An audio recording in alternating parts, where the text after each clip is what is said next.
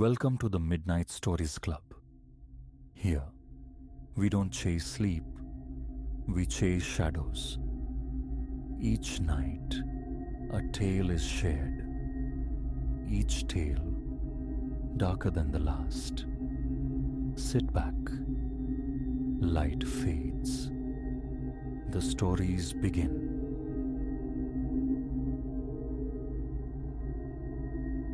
The instant silhouettes flickered against the cabin's lamplit windows. A tremor ran through me, shattering the sylvan peace. What began as a simple stewardship, watching Dr. Alverstone's secluded retreat, warped into a crucible of primal fear, a night whose echoes would reverberate through my future. My name is Ilara. I navigate the lean landscape of postgraduate studies. When my mentor proposed a week guarding her remote haven during a conference, I seized the opportunity. A sanctuary for study, cradled by wilderness, perfection. Those initial days unfolded like a dream. The cabin, a cozy bastion with a veranda embracing panoramic forest vistas, stole my breath. Days were spent immersed in texts, wrestling with my thesis, or wandering meandering woodland trails. Evenings found me nestled by the hearth's glow, the wind's soft symphony in the pines, punctuated by the occasional owl's query. Everything fractured on the fourth night. I was preparing a simple meal, humming softly with the radio's crackle, when abrupt silence fell. The power died, plunging the cabin into a profound darkness relieved only by the fireplace's fading pulse. Initial annoyance yielded to practicality. Such outages weren't unheard of this far from civilization. Locating the emergency torch Dr. Alverstone had indicated, I moved to inspect the circuit breaker. Passing the wide living room window, peripheral motion snagged my attention. I froze, straining my eyes against the inky blackness beyond the glass. There, skirting the edge of the clearing, materialized three forms, advancing with unnerving deliberation towards the dwelling. A frantic drumbeat commenced in my chest. Visitors were an anomaly out here, but their skulking gait, hugging the shadows, screamed menace. Instinctively, I killed the torchlight, sinking below the windowsill. Had they seen the beam, perhaps anonymity would deter them. Yet, crouched there, breath held captive in my lungs, a sound sliced through the quiet, chilling me to the marrow. The metallic snip of wire cutters, the phone line, severed. Panic surged, a suffocating tide. Isolation pressed in, miles from any soul, communication lines dead.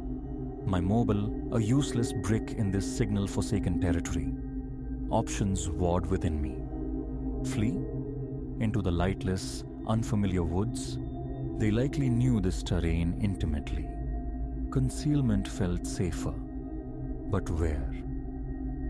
The groan of footsteps on the porch boards galvanized me. Decision made. I snatched my backpack, stuffing in essentials, water, protein bars. Then I slipped down the narrow stairs into the root cellar, a refuge Dr. Alverstone had pointed out for severe weather. The heavy door thumped shut behind me just as the shattering report of breaking glass echoed from above. They were inside. The cellar air hung thick, musty, laced with the scent of damp earth and preserved things lining dusty shelves. I wedged myself into the tightest corner, behind stacked crates and forgotten gardening tools, striving to muffle my ragged breathing. Above, their presence manifested as noise. The thump and scrape of ransacked drawers, the jarring crash of overturned objects. What obsession drove them? everywhere, commanded a rough, gravelly voice. The boss insists it's here. And the girl? Inquired another, the question stopping my heart mid-beat. They knew. Find her, the first voice snarled. She might know where the old woman stashed it. Stashed what? What secret could my quiet academic mentor possess that warranted this violent intrusion? The cellar door hinges wide open. I held my breath until my lungs burned. Cones of light swept the cramped space, dancing over my hiding place once, then again. Eyelids clamped shut, I braced for discovery. But the beams retreated. The door creaked closed, and footsteps faded upstairs. Unseen. For now. Time elongated in the subterranean darkness. How long I remained coiled there, every sinew taut, ears straining for the slightest sound from the violated space above, I cannot say. An eternity, measured in heartbeats. Eventually, the cacophony subsided. Silence descended, heavy and uncertain. Had they departed? I waited, mentally ticking off 1,000 seconds before daring to uncurl my cramped limbs. Pins and needles shot through my feet as I cautiously rose. Creeping to the door, I pressed my ear against the cool wood. Nothing. Drawing a shaky breath, I eased the door open a fraction, peering into the devastated main room. Furniture lay wounded, contents disgorged across the floorboards like entrails. Yet, the space felt vacant. I slid out, senses hyper-alert, scanning the wreckage for any lingering threat. Stillness. Had they truly gone? Just as a fragile tendril of relief began to unfurl, the low growl of an engine vibrated through the floorboards. Headlights scythed across the windows as a vehicle crunched onto the gravel outside. I dropped instantly behind the overturned sofa, heart hammering against my ribs. A car door slammed. Heavy boots approached the cabin. Results? A new voice called, sharp with authority. Negative, came the reply from near the porch. Place is clean. No document, no girl. Document? What document held such consequence? Persist, the newcomer ordered, his tone leaving no room for argument. Disassemble the place if necessary, and locate the girl. She can't have gone far. Staying was untenable. Discovery felt inevitable. Escape, immediate and desperate, was the only path. The back door beckoned, mere yards away. If I could reach it, melt into the forest's embrace. Taking a breath that felt stolen, I crawled, keeping low, a shadow amongst shadows. My hand reached for the handle, and a floorboard betrayed me with a sharp groan. The cabin fell utterly silent. Then rapid footfalls converged on my position. Thought evaporated. I wrenched the door open and bolted. Shouts erupted behind me, the unmistakable sounds of pursuit giving chase. I plunged headlong into the nocturnal forest, branches clawing at my face, running blind through tangled undergrowth. Direction dissolved. Only the imperative to create distance mattered. Onward, until lungs screamed for air and legs turned to leaden weights. Finally, strength failed. I collapsed behind the girth of an ancient tree, gulping air like a drowning swimmer. As the frantic rhythm of my heart subsided, I strained my ears against the forest's natural nocturnal chorus. No human sounds pursued. Had I evaded them? Or were they methodically combing the woods, patient predators? Immobility was a trap. I had to find help, reach authority. But where? Panic had stripped me of orientation. Adrenaline's fierce tide receded, leaving the stark reality exposed, lost, hunted, utterly alone in the vast, dark woods. No phone, no lifeline, and pursued by men driven by unknown, dangerous motives. A moment of sheer despair washed over me, hot tears tracing silent paths on my grimy cheeks. Then, a deeper breath. Resolve flickered. Dr. Alverston had mentioned a ranger station, perhaps 5 miles east. If I could find it, east. How? My gaze lifted, seeking celestial guidance through the dense leaf canopy. There, the familiar shape of the great bear, Polaris. North, east, lay perpendicular.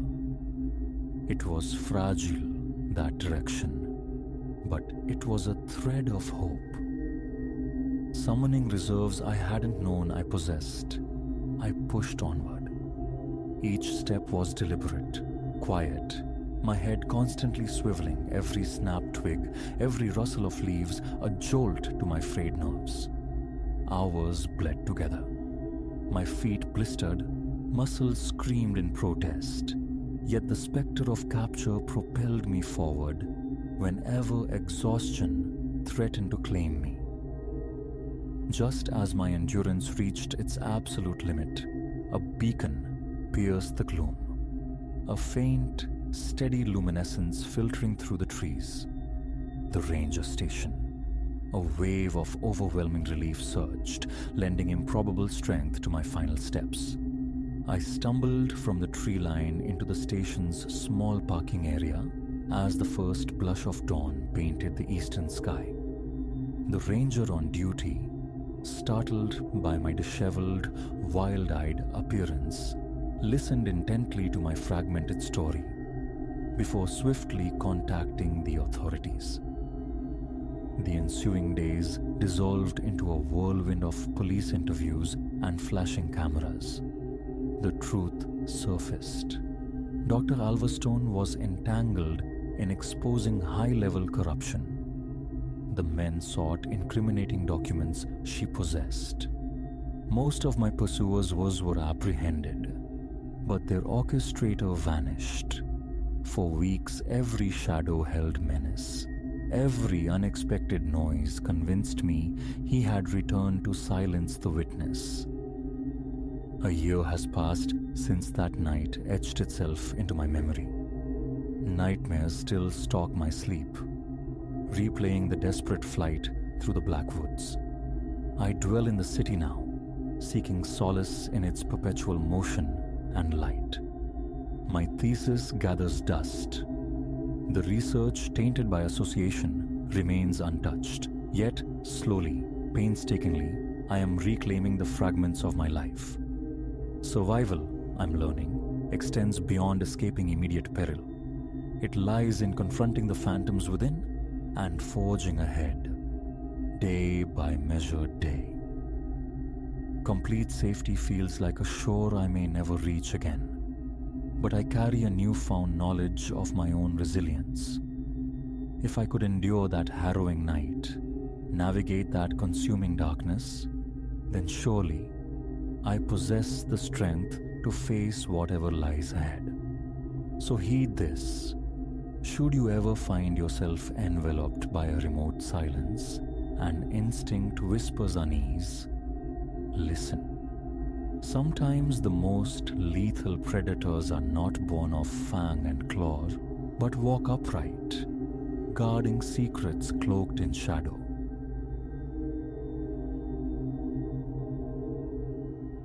I commit this account to paper, driven by a need for belief, for validation of the unbelievable.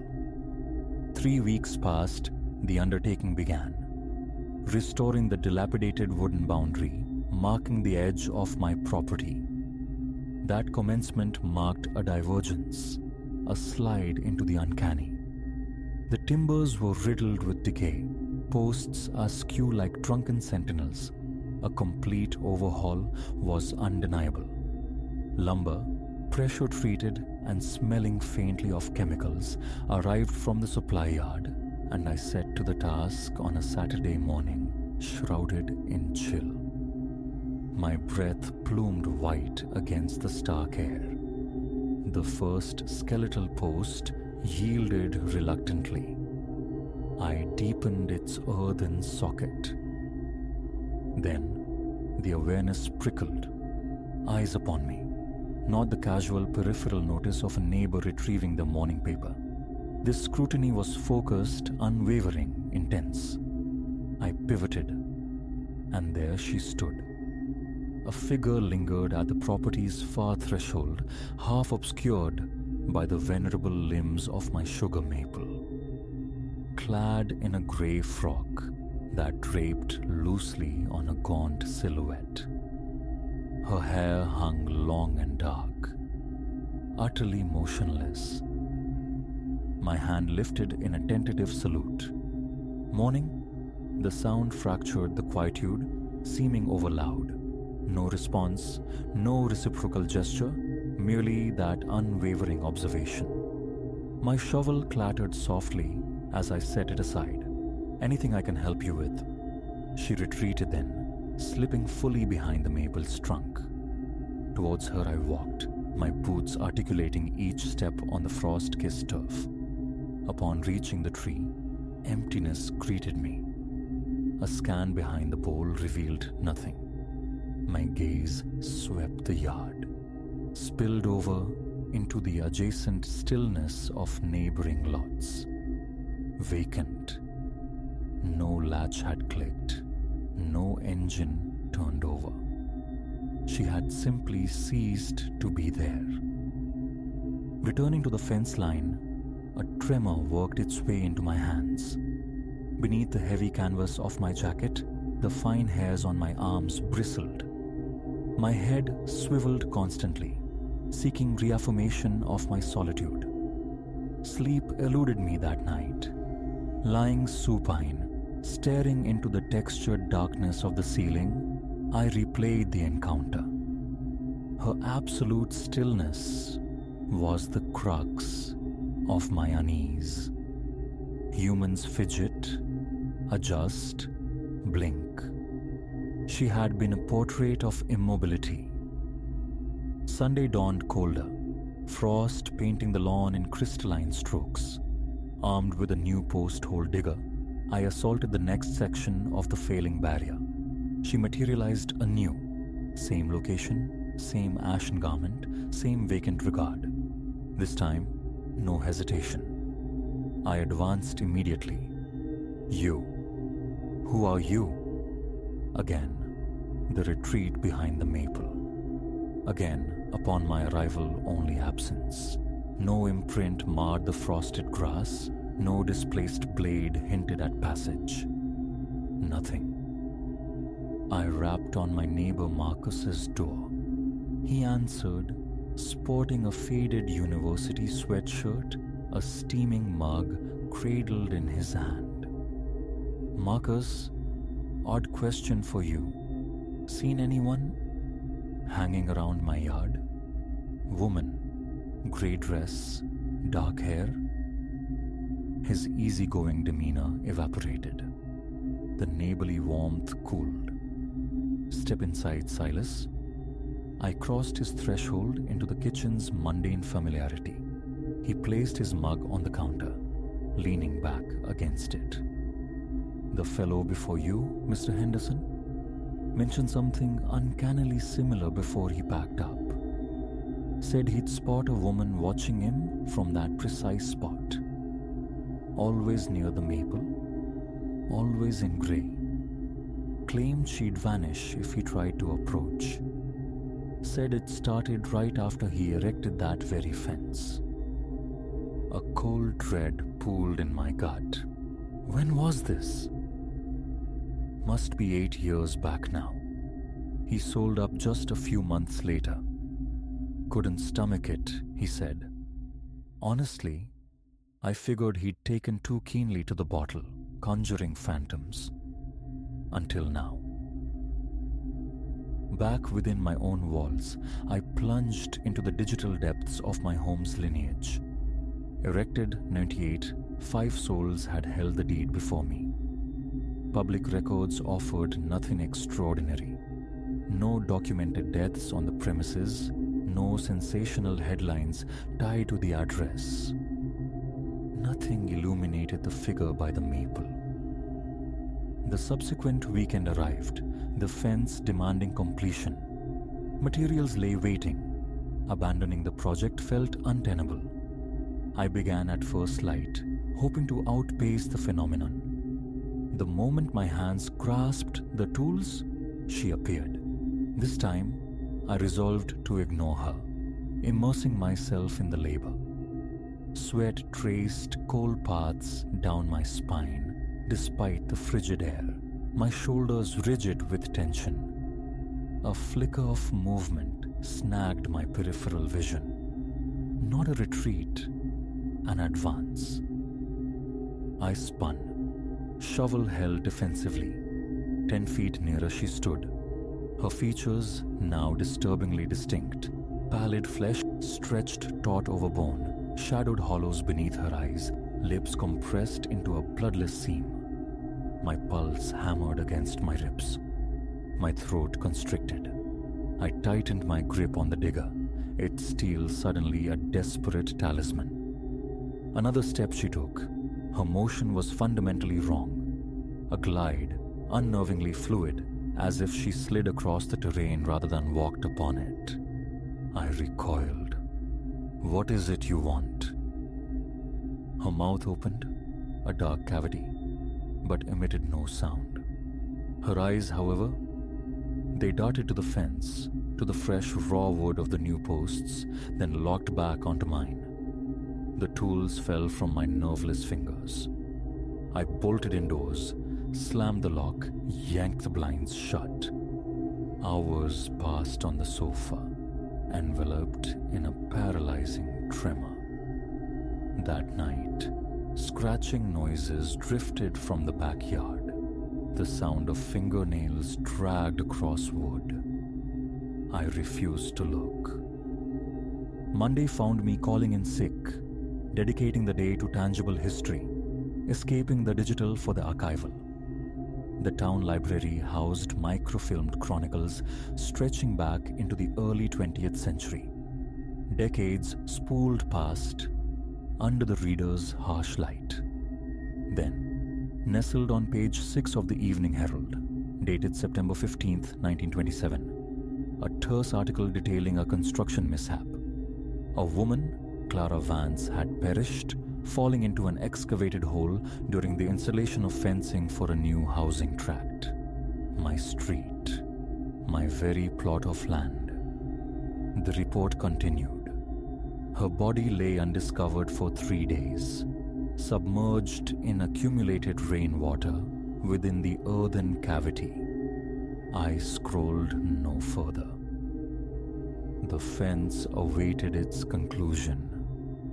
Leaving gaping holes felt irresponsible, dangerous. Now, though, the dread was tempered by a chilling comprehension. The following Saturday, I commenced before the sun had fully asserted itself, dawn painting the frost-laden world in pale hues. She manifested instantly, closer than ever, a mere 20 feet separating us. Laying my tools aside, I met her gaze directly. Clara Vance? A slight, almost imperceptible incline of her head, the first genuine reaction I'd witnessed. I read about what happened. I'm sorry. That must have been unimaginable. She drifted nearer, halving the distance between us. A primal urge to flee screamed within me, but I held my ground. I have to finish this fence. It's not right leaving holes open like this, but I'll be careful. I give you my word. She remained suspended in silence for a long beat. then offered a single, sharp nod. With hands that still betrayed a faint tremble, I resumed my work. She observed. With each new post hole I dug, she drew nearer, a silent overseer ensuring my caution, ensuring history wouldn't repeat its tragic error. As the final post settled firmly into the earth, I straightened, looking towards her station. She was gone. Her visible presence has not returned. The fence now stands robust, secure. The hazardous voids are filled. Perhaps that was the entirety of her plea. Yet sometimes, amidst the quiet solitude of my backyard, the sensation of being watched resurfaces. It lacks hostility now, carries no fear. It feels more like vigilance, a quiet ensuring that all remains correct, remains safe. A small lamp now burns near the maple each night. And when September brings the anniversary of her passing, I place a cluster of simple flowers at the base of the tree. Marcus inquired recently, casually, if the woman in grey had reappeared. I answered truthfully, no. But the lamp, the flowers, the peculiar rustle of maple leaves on windless days, these details remained unspoken. Some truths resonate better in silence. Some guardians prefer anonymity. The fence is mended, the earth is whole, and Clara Vance can perhaps find some measure of peace, knowing no other soul will meet her fate in the darkness of an open hole. Still, each morning, as I depart for the day, my eyes instinctively seek the corner of the yard, a reflexive check, a moment of seeing. And occasionally, caught in the oblique rays of the nascent sun, a fleeting impression of grey flickers amongst the shadows, a quiet testament that not all lingering spirits intend harm. Some are merely sentinels of safety. The fence stands resolute. I inspect its integrity often, ensuring timbers remain sound, posts firmly anchored. It feels like the bare minimum owed to her and to the living. Last week, newcomers settled next door, their arrival heralded by the bright sounds of young children. I made it a point to mention the fence's recent restoration, its solid state, its safety for nearby play. I omitted Clara, the grey silhouette, the watchful presence dwelling near the maple. Not all narratives demand telling. Not all protectors require introduction. But every dawn, a small nod towards the ancient tree serves as my quiet acknowledgement, a gesture of understanding, of deference. And sometimes, just sometimes, I fancy a subtle reciprocation, the barest tilt of an ethereal head, the faintest stir of a grey garment. The boundary holds firm, the yard remains secure, and Clara Vance keeps her vigil, ensuring no one else tumbles into the void.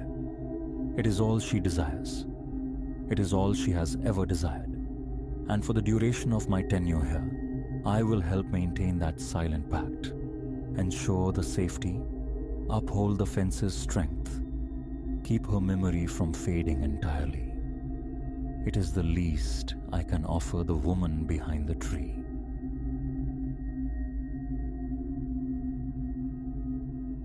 The eccentric groans and sighs of this old timber frame were once a kind of nocturnal lullaby, sounds I'd learned to disregard, until the previous night when that fragile domestic peace was irrevocably shattered. My dwelling is a 2-story relic, all cantankerous plumbing and ill-fitting doors, rented for a pittance precisely because its quirks deterred others. Drafty windows, floors that sang underfoot, these were manageable eccentricities, a bargain I'd embraced during my 3 years of solitary tenancy. But the encounter that unfolded in the late hours transcended mere inconvenience. It clawed its way into the realm of the unmanageable. The clock had surrendered the final minutes before 11. I stood in my bedroom, concluding the familiar ritual of ablutions, clad in worn cotton sweats and an old t-shirt.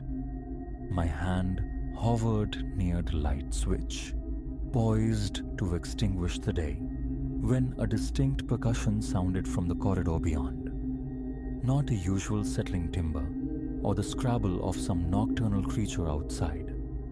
No, this possessed a measured tread, a deliberate weight falling upon the aged floorboards. My gaze shot to the doorway, my pulse instantly surging.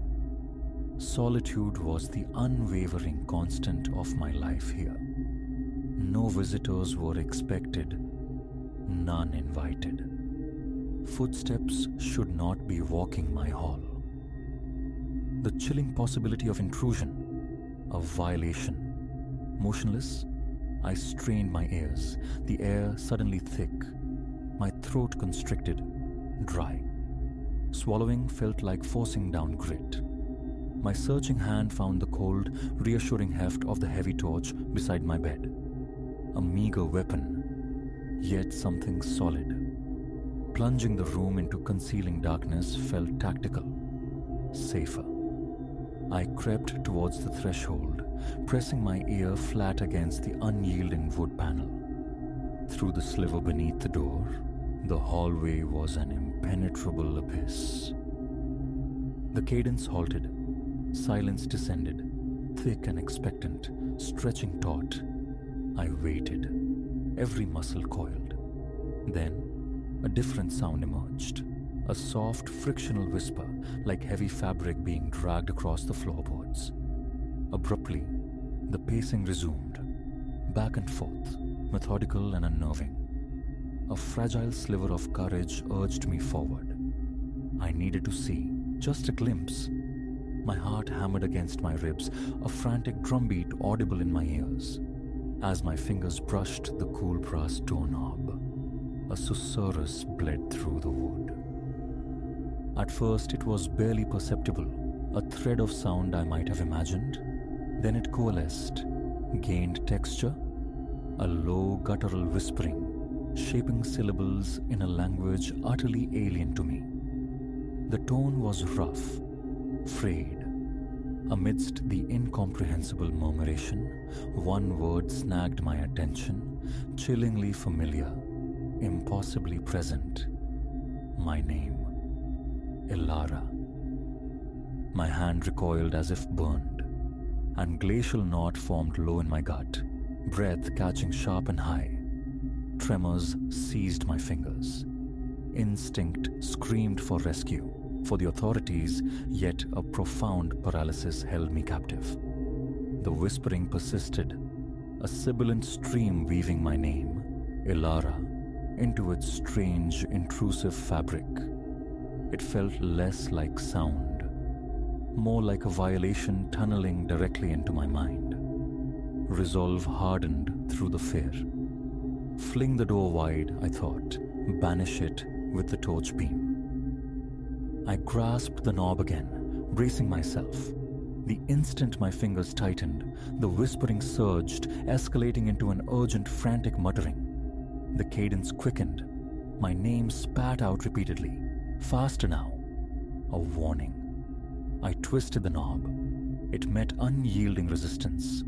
Strange. I never locked this door. There was no external lock to be engaged. I jiggled it, rattled the mechanism. Useless. It was utterly stuck. Bracing my shoulder, I pushed against the wood. A palpable pressure answered from beyond. Immense, steady, terrifyingly intimate. Whatever whispered was right there, inches away, leaning back. Adrenaline surged, a desperate, frantic fuel. I hurled my weight against the panel again, slamming my shoulder into the unmoving wood. My heart hammered violently. My palms were slick with cold sweat. The door held as if fused to its frame, the voice, no longer whispering, transformed into a rasping hiss that filled my ears, seeming to emanate from the very air around me. Elara. Elara. The bizarre syllables wrapped around my name, louder, closer. Panic erupted, raw and ragged. Feeble shouts tore from my throat. "Leave me alone. I'm calling the police." My voice emerged thin, trembling, devoid of any real threat. Scrabbling back to the nightstand, I snatched my mobile phone, clutched like a talisman. The screen displayed mocking emptiness. 0 bars. Service here was patchy, but never entirely absent. I stabbed at the call button anyway. Static. Silence. My throat felt impossibly tight. Breath burned in my lungs. I retreated further into the room, the torch beam a useless circle of light on the impassive painted wood of the closed door. The hissing subsided into a steady, overwhelming drone, vibrating deep within my chest. What now? Escape? The second-story window overlooked the fenced, lightless abyss of the backyard. A desperate leap promised injury, not freedom. My mind raced, conjuring images. A prowler, a disturbed stranger playing cruel games. Yet that voice, it wasn't merely human. It possessed a frayed, damaged quality, like strained vocal cords or something else entirely. Something not meant for speech. Time stretched thin, elastic, each second an eternity spent listening to the drone. I waited, praying for it to cease, for the presence to withdraw. The volume ebbed and flowed, a tide of auditory dread, sometimes fading to near silence, sometimes swelling to a physical pressure. Periodically drawn by a morbid compulsion, I tried the door again. Each touch to the knob provoked a fresh surge of sound, a sibilant reinforcement of the barrier. Cold sweat beaded on my forehead. A chill spread down my arms, raising goose flesh despite the clammy heat of fear. My legs felt unsteady beneath me. In a final desperate surge of defiance, I slammed my fist against the wood. "I'm not afraid," the hollowest lie I'd ever uttered. The vocalizations ceased abruptly, not faded, but cut off, replaced by a sound that froze the marrow in my bones, a dry, deliberate scraping. Talons on timber, originating just beyond the panel. Slow, exploratory. My scalp prickled, hair lifting. Rough, like claws digging, testing the grain. I backed away again, torch beam trembling on the door, searching for any sign of breach on my side. Nothing. But something was undeniably happening on the other. Restless energy propelled me around the small confines of the room, searching for leverage, a tool, anything to force my escape. Useless. My basic tools were downstairs, beyond the sealed door. Back to the phone. Again and again. Once, miraculously, a connection sparked, a brief blizzard of static crackling in my ear, before the call dropped again. True isolation descended, absolute and suffocating. I flung open the window, leaned into the indifferent night air, and screamed for aid, for anyone. My cries were swallowed by the heavy stillness, absorbed by the distance between the sparsely scattered houses on this block. Below, the familiar geometry of the old fence and overgrown bushes offered no response, no sign of life. Only darkness stared back. Gradually, almost imperceptibly, the scraping stopped. The oppressive presence seemed to recede. A low murmur returned briefly, repeating my name, Elara, a few more times, each utterance fainter than the last, until it dissolved entirely into the profound quiet of the old house. Silence, yet it felt pregnant with menace. Watchful, I crept back to the door, listening intently. Nothing but the frantic thrumming in my own ears. I tried the knob again, still locked solid. How? The house settled around me, its usual creaks now amplified, sinister. Retreating to the edge of my bed, I sat, a sentry on duty, wiping perspiration from my brow. Sleep was an unthinkable luxury. Every few minutes, my gaze snapped back to the door. Did I hear a faint scratch? The wind? My overstrained imagination? My heart refused to settle, pounding a frantic rhythm against my ribs. The night's events looped relentlessly. The voice, the lock, the scraping, a terrifying enigma. I remained there, hyper-alert, until the first fragile skeins of bruised daylight infiltrated the window pane. With the arrival of that faint grey light, a measure of resolve returned. I rose, stiff and aching, and approached the threshold once more. My hand closed around the brass knob. It yielded effortlessly, turning smoothly in my grasp. The door swung inward without a whisper of resistance. I stepped cautiously into the shadowed corridor, the torch beam slicing through the gloom. Familiar peeling roses on the wallpaper, the worn runner beneath my feet. Nothing looked overtly disturbed, yet the air itself felt changed, charged, as if the house were holding its breath. I scanned the walls for any mark, any sign of the night's siege. Everything appeared normal. My tentative footfalls elicited the usual floorboard groans. A hesitant call.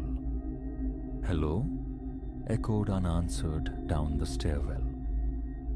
Systematically, I moved through the upper floor, checking each room. The bathroom, the small linen closet. No open windows, no broken locks, nothing out of place. Doubt began to creep in. Had I dreamt it all? A vivid nightmare born of solitude and an old house's noises? Then I reached the door to the guest room across the hall. It stood slightly ajar. I rarely entered this space. It served primarily as a repository for boxes, old furniture, forgotten things. Curtains perpetually drawn. I pushed the door open wider. The torch beam swept across the dim interior, landing on the far wall. Nausea clenched low in my gut, cold and sharp. There, gouged deep into the painted plaster, were 4 brutal furrows. Vicious, jagged parallel scars, each easily the length of my forearm, spaced as if raked by something immense, something with claws. The paint curled back from the edges like torn skin, revealing the raw, white wound of the plaster beneath. They weren't superficial scratches. They were violent excavations. My fingertips trembled as I reached out to trace the ragged edge of one violation. Plaster dust, fine and white, sifted down onto the floorboards. The frantic thrumming returned to my chest, hard and painful. These wounds were undeniably fresh. The scraping sound, it had happened here, in this room, while I was trapped in mine. But how? My own door had been impassable, sealed from the outside. This room's window was closed and locked, I saw now. No sign of forced entry anywhere. The terrifying illogic of it churned within me.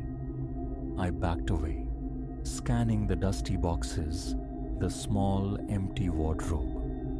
Orderly neglect reigned, save for that violent, inexplicable inscription on the wall. Down the creaking stairs I went, a new frantic inspection beginning. Every window latch, every door lock, downstairs this time.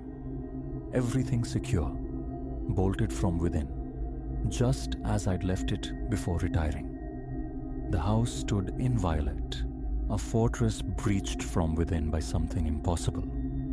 Confusion warred with a primal fear that left me stiff and on edge. My mind replayed the loop. The insidious whisper, the door refusing to yield, the chilling intimacy of my name, Elara, spoken by the unseen. Flipping a switch bathed the living room in ordinary electric light, a small anchor to normalcy.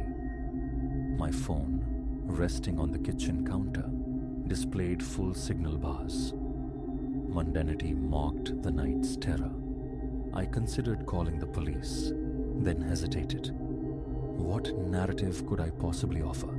Disembodied footsteps, a voice speaking an unknown tongue, a door that locked itself, and 4 impossible claw marks in a sealed room. They'd search, find nothing, perhaps suggest I'd imagined it, or worse.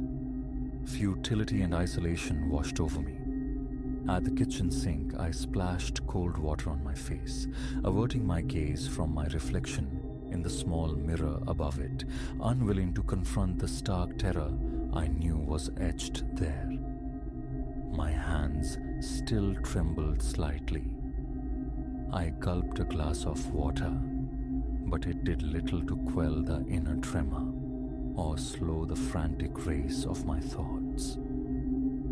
Compelled by a need for answers, however elusive, I ascended the stairs again, each step heavy with reluctance. The house seemed watchful now, imbued with the silent, waiting quality it hadn't possessed before. Entering the guest room, now illuminated by weak morning sunlight filtering through a gap in the curtains, felt like trespassing. The marks on the wall stood out starkly, more disturbing in the light. The edges were ragged, brutal. Powdered plaster dusted the floorboards directly beneath. I knelt, searching meticulously, floor, baseboard, window ledge, frame, for any print, any fiber, any microscopic clue. Nothing. The window remained securely fastened from the inside. No marks marred the sill or frame. I moved back to the hallway, re-examining my own bedroom door. The simple twist lock on the inside turned easily. No sign of tampering, no damage. Downstairs again, a restless circuit of the living room. The dining area, peering under stairs behind furniture, into the small laundry room. Nothing. The house remained quiet, almost unnaturally so. Finally, I collapsed onto the living room sofa, nerves frayed to the breaking point. Silence pressed in, heavy and profound, amplifying the dull ache in my muscles, the frantic, scrambled state of my mind. Sleep remained a distant, unattainable shore. Closing my eyes conjured the rasping whisper, the memory of immense pressure against my door. I felt trapped, not by the house's walls, but by the indelible memory of the ordeal. Should I flee? Abandon this place? But where would I go? This structure, flawed and unsettling as it now felt, was my home, and I wrestled with denial. Hallucination? Stress manifesting in bizarre ways. But the gouges upstairs screamed otherwise. They were real, physical, undeniable. Something was in here last night. Something that spoke incomprehensible words, yet knew my name. Elara. Tonight looms, an unknown, terrifying quantity. My bedroom feels violated, unusable. Will I keep vigil here in the living room, bathed in artificial light? Or should I run, seek anonymity elsewhere? No. Some instinct tells me this is my ground to hold. The encounter felt specific, personal, targeted. So I prepare as best I can. Every lock rechecked, every bolt shot home. I've rearranged furniture, creating clearer sight lines down the hall, eliminating shadows where fear might fester. The phone sits beside me, fully charged, my fragile link to the outside world. I wait and I listen. The daylight hours crawl by, saturated with a strange tension. My gaze drifts unwillingly, repeatedly, towards the staircase leading up, towards the violated room above. The thought of those marks sickens me. Irrefutable proof that last night's horror was not some fever dream. Perhaps later I'll call Rowan, invent some mundane excuse for needing company overnight. Explaining the truth feels impossible, bordering on madness. Yet having another presence here might offer some comfort, some buffer against the unknown. Though a chilling thought persists, locks and bolts proved irrelevant last night. If it wants to return, what defense do I truly have? I recount this now, not seeking answers or solace, but as testament, a record should the silence break again. Rationality offers no foothold here. The sequence defies logic. The disembodied voice, the impossibly locked door, the physical scars left behind. All that remains is the chilling echo of my name, Elara, whispered in the dark, and the visceral memory of terror. Fear is a cold companion, tightening its grip around my chest, leaving my limbs feeling heavy and unresponsive. But paralysis is a luxury I can no longer afford. Let the night come. If the whispers return, if the scraping resumes from beyond the walls, I will meet it, alert, armed with nothing but a torch and the desperate, ragged courage of the cornered. There is nothing left to do but wait and face whatever darkness this old house holds.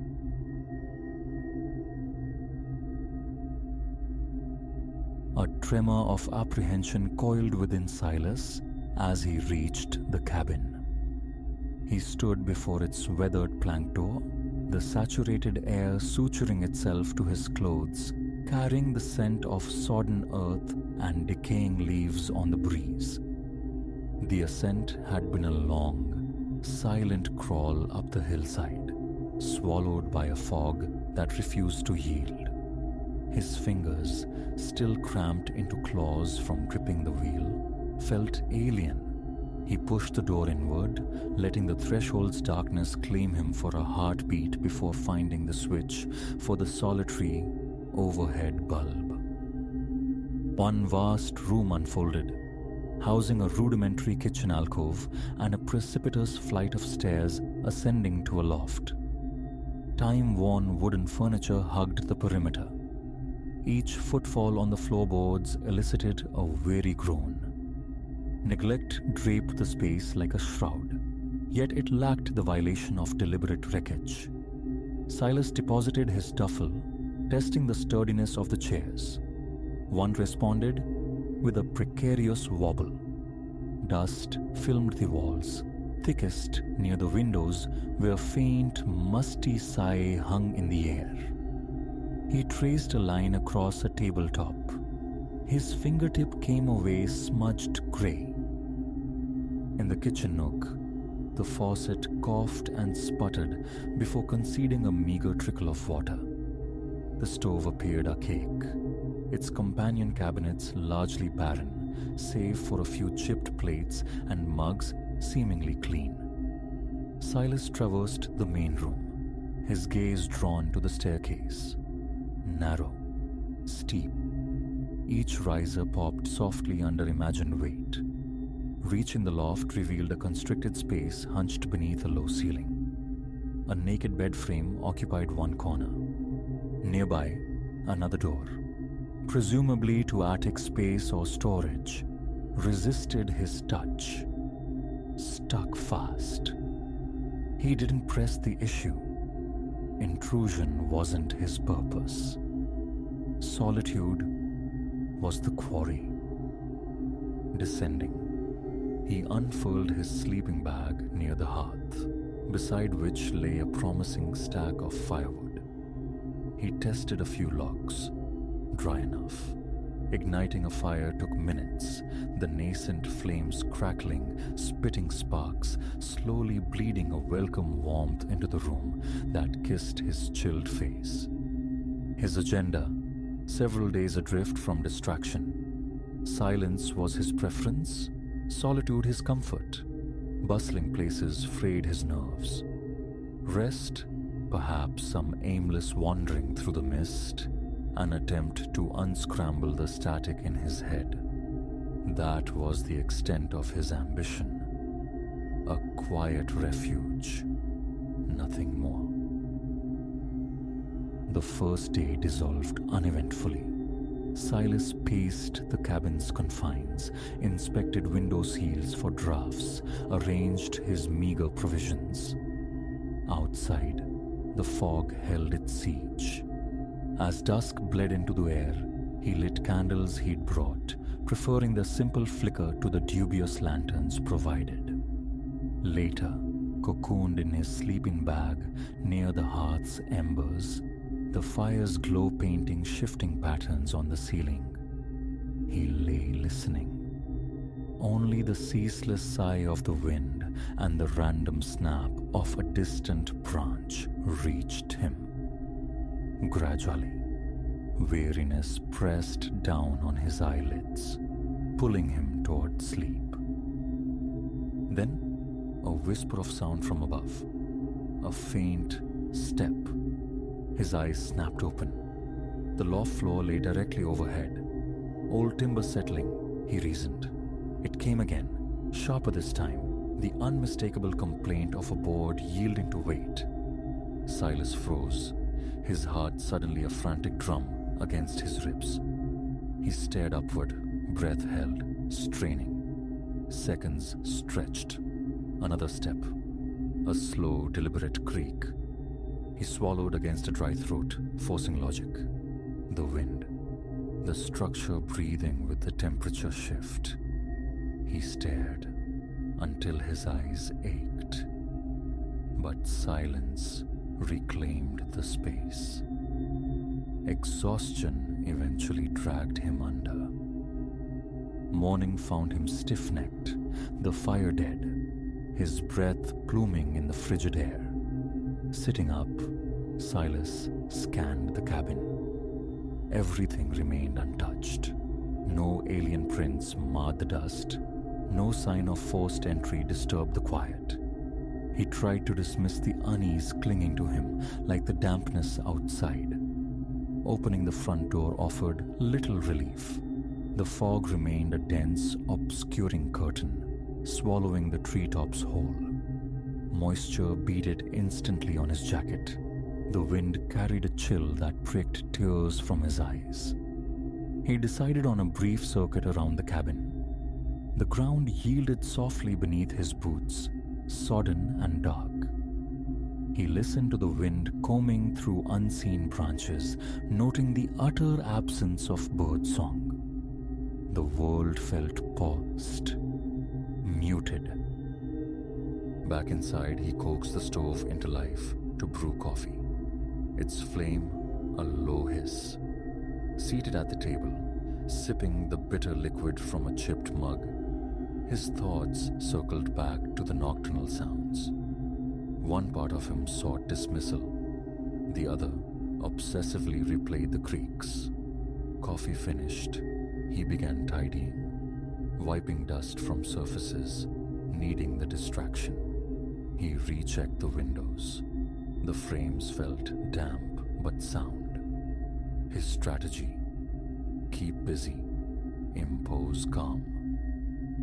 That afternoon, the cabin itself seemed to sigh. Soft popping sounds emanated intermittently from the walls. Wood contracting, Silas assumed. The floorboards groaned under his weight predictably, but other subtler noises surfaced. Faint susurrations from corners, like quiet exhalations. He'd pause, listening intently, eyes darting, finding no source. He tried to anchor his mind to practicalities. The small radio he'd packed yielded only static.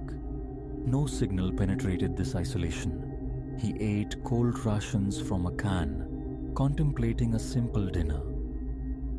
As darkness reasserted its hold, Silas rebuilt the fire, its flames casting dancing giants onto the walls. He placed his candles strategically.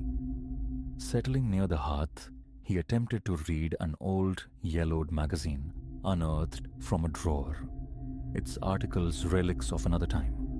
His gaze kept lifting, scanning the shadowed corners, waiting. The wind murmured outside. The fire popped and flared. Eventually, he stood, stretching, eyes weary. Time for bed. He unrolled the sleeping bag once more, leaving a single candle burning on a nearby stool. A small, perhaps foolish, beacon against the encroaching dark. His eyelids grew heavy, the drift beginning. Then, a palpable shift in the room's atmosphere. The candle flame wavered violently. The walls groaned, and from above, a low, protracted moan resonated through the floorboards. Silas bolted upright, heart hammering. The candle guttered and died. He scrubbed at his eyes, vision struggling to adjust. Only the faint, dying pulse of the fireplace embers offered illumination. A glacial chill traced paths across his skin. The wind rattled the windows, yes, but this felt different, internal. His pulse surged. Slowly, deliberately, he rose, one hand braced on the floor. His breath came short and fast, his mouth arid. A scraping noise tore through the silence from the loft, like a chair leg being dragged across bare wood. Silas moved to the base of the stairs, peering into the impenetrable blackness above. He stood, listening. A faint shuffling drifted down, the hesitant cadence of slow measured footsteps. Vertigo threatened, but he forced his voice out, a cracked whisper. "Hello?" Just a word, hoping desperately for self-deception. Silence answered, his throat constricted, legs turning to water. He retreated to the relative safety of his sleeping bag, pulling it around him like armor. Eyes fixed on the stairwell until sure fatigue claimed him again. The next dawn brought the same biting cold, the same ache in his back from the hard floor. He pushed himself up, rubbing warmth into his arms. A glance confirmed the stairs were empty. The candle on the stool was a slumped monument of cooled wax. He poked numbly at the fireplace ashes. The memory of the loft sounds stark and undeniable. He hadn't imagined it. Footsteps. The day passed under a pall of anxiety. He forced down bread and more canned food. He compelled himself outside again, into the persistent fog. The cabin's silhouette dissolved behind him as he wandered the slope. Trees crowded close, their trunks slick and dark. The silence pressed in, immense. Branches shivered in the breeze. Once, the distant crack of a falling limb echoed. He walked until disorientation set in, a tightening in his chest, signaling he was lost. He hurried back, the sight of the cabin bringing a perverse relief tangled with dread. Late afternoon saw the temperature plummet.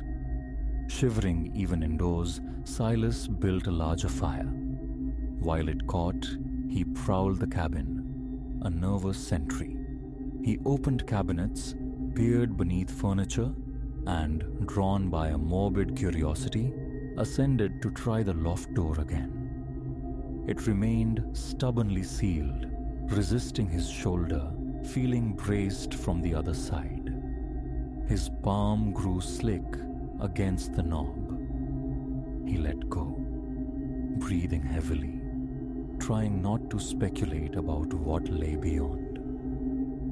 That evening he lit more candles, placing one at the stair base, one on the table, one near his sleeping bag. a desperate attempt to banish shadows. He sat before the fire, mind racing. An animal trapped upstairs?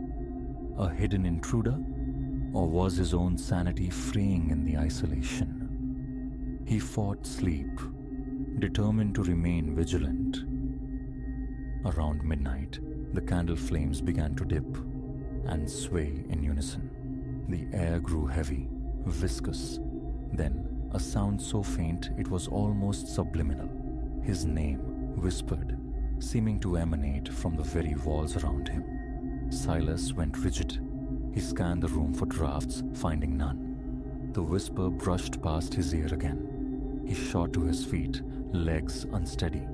His heart pounded against his ribs. He spoke aloud, unsure later of the words. Perhaps a command, a plea. Leave.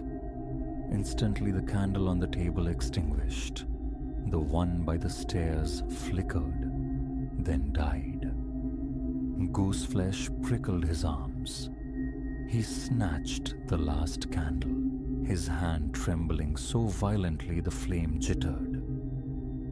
A floorboard creaked behind him. His stomach plummeted. He spun around. Empty darkness met his gaze, but the feeling of presence, of movement across the floor was undeniable. His mouth was utterly dry. He backed away until his shoulders hit the rough wall planks. Run! His mind screamed. Run out the door. But his body was locked in place, pressed against the wood. His final candle sputtered, flared briefly, and winked out. Total darkness enveloped him. His own breathing sounded unnaturally loud. The cabin seemed alive, filled with infinitesimal clicks and creaks. He thought he detected faint respiration, shallow and slow, not his own. Reaching out blindly, his hand found the back of the wobbly chair. He gripped it, anchoring himself. A moment passed, then he fumbled in his pocket, finding his lighter. Spark, spark, spark. A tiny flame bloomed, pushing back the oppressive blackness by mere feet. He stumbled towards the hearth, managing to place dry kindling onto the embers. After several tense attempts, a fragile flame caught. He knelt there, lighter still clutched tight, every muscle screaming. He listened. The fire crackled, grew, casting a slightly wider circle of hesitant light. He waited, ears straining. A minute crawled by, then another. The sense of presence remained, palpable, close, yet unseen. Sweat beaded on his forehead despite the chill. Gradually, the oppressive weight in the room seemed to lessen slightly. The fire's glow steadied, illuminating the immediate area. Knees shaking, Silas stood. He looked towards the stairs. Empty. Towards the door. Closed. He wiped his brow, trying to regulate his breathing. His hands felt clammy. Retrieving his flashlight from near the sleeping bag, he switched it on. The beam sliced through the gloom. He swept it across the floor, the walls. Nothing. No footprints, no disturbance. His teeth began to chatter, a combination of cold and stark terror. Sleep was impossible. He spent the remainder of the night huddled with his back to the fireplace, flashlight in one hand, lighter in the other. Periodically, he fed the flames, warding off the encroaching cold and shadows. His nerves were a braided raw. Every settling groan of the cabin made him jump. The tightness in his chest never eased. The whispering returned sporadically, indistinct murmurs that seemed to shape his name, sometimes from within the walls, sometimes from the void above. His scalp tingled with each recurrence. He focused fiercely on the fire's heat, the scent of wood smoke, desperate anchors to reality. Dawn arrived not with brightness, but with a grudging grey light filtering through the windows, rendering the cabin's interior visible again. A wave of exhausted relief washed over Silas. He forced himself to eat, his stomach churning, swallowing difficult. His hands shook too badly to hold his mug steady. A decision loomed. Part of him screamed to flee. Another felt strangely challenged, rooted to the spot by the cabin's antagonism. But the memory of his purpose surfaced. Peace, not this harrowing ordeal. He resolved to leave. He folded the sleeping bag, gathered the spent candles, collected his refuse. The cabin felt sentient, watchful. The skin on his neck prickled. He fought the constant urge to look over his shoulder. Staying longer, he knew, risked unraveling completely. The feeling of something shifting just beyond sight, behind the walls, never dissipated. Outside, he loaded the car, the air cold and thick with moisture. The fog clung stubbornly to the hillside. Closing the trunk, he cast one last look at the cabin. Its old wood seemed to dissolve into the mist, its form indistinct, spectral. He slid into the driver's seat, turned the key. A sudden surge of adrenaline, the anxiety of finality, made his pulse hammer, sweat springing to his temples. He put the car in reverse, easing away, pointing it down the slope. Driving, he kept his eyes fixed on the winding track ahead. The wind gusted, sending the fog swirling across the path like phantom dancers. He risked a single glance in the rearview mirror. The cabin's roofline was a vague shape already being swallowed by the grey. His mouth was parched, his knuckles white on the steering wheel. He pressed onward, needing distance, needing escape. The whispers were gone, but his heart still thudded erratically. A profound unease lingered, as if the cabin's malevolence trailed just behind him, around the next obscured bend. He drove until the oppressive weight began to lift, until the air thinned and cleared downslope. Patches of pale sky emerged. His muscles slowly unlocked, the tension easing from his shoulders. His breathing steadied. He realized how little he'd blinked. Taking slow, deliberate breaths, he focused on the road unfolding. By the time he reached the main highway, sensation had returned to his numb fingers. A deep, weary ache permeated his body. His eyes burned from sleeplessness. He swore he would never go back. Not to the footsteps in the loft, the disembodied whispers, the chilling certainty of an unseen watcher. The hoped-for retreat had warped into something else entirely. A descent into a tension deeper than any he'd known. Even now, safe in the mundane world, the image of those shadowed corners remains vivid. The sound of creaking boards overhead an echo in his memory. He cannot shake the feeling of that presence, standing silently behind him in the absolute dark, observing. The cabin had released him physically, but it resided still in the back of his mind, patient, perhaps waiting.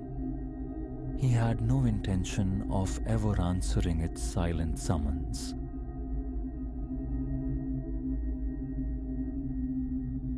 The house presented itself as an improbable bargain, a relic whispering tales of bygone eras, its time-worn facade barely concealing the skeletal timbers within. Its allure undeniable, the cost a mere whisper against the city's roar.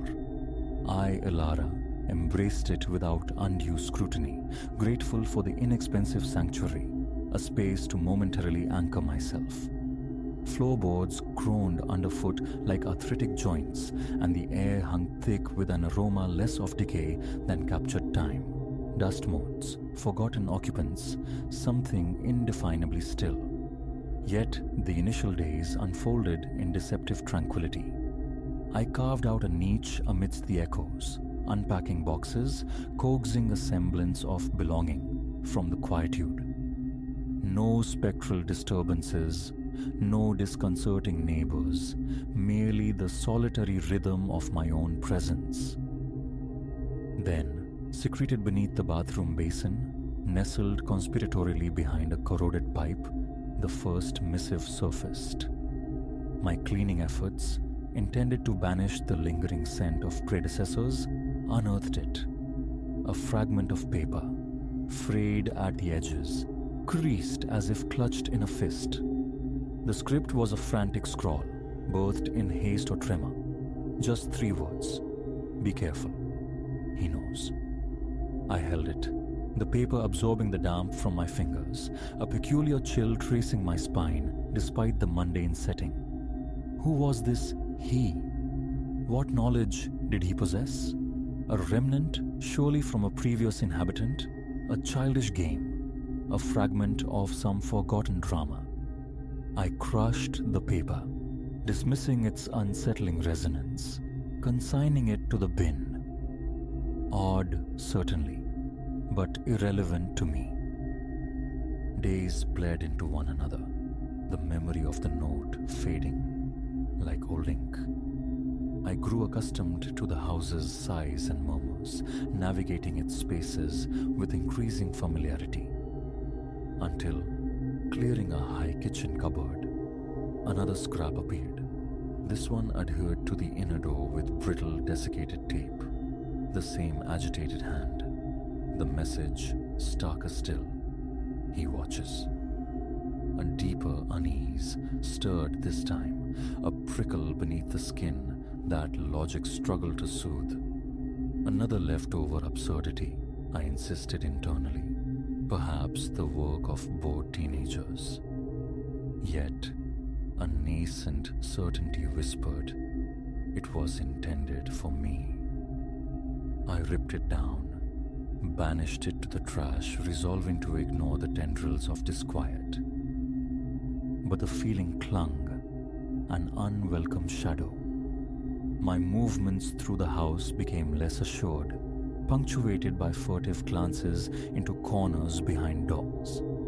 Each drawer pulled open, each cabinet unlatched, carried a jolt of apprehension, a half-formed expectation of another cryptic warning. For a time, however, silence reigned. A week drifted past.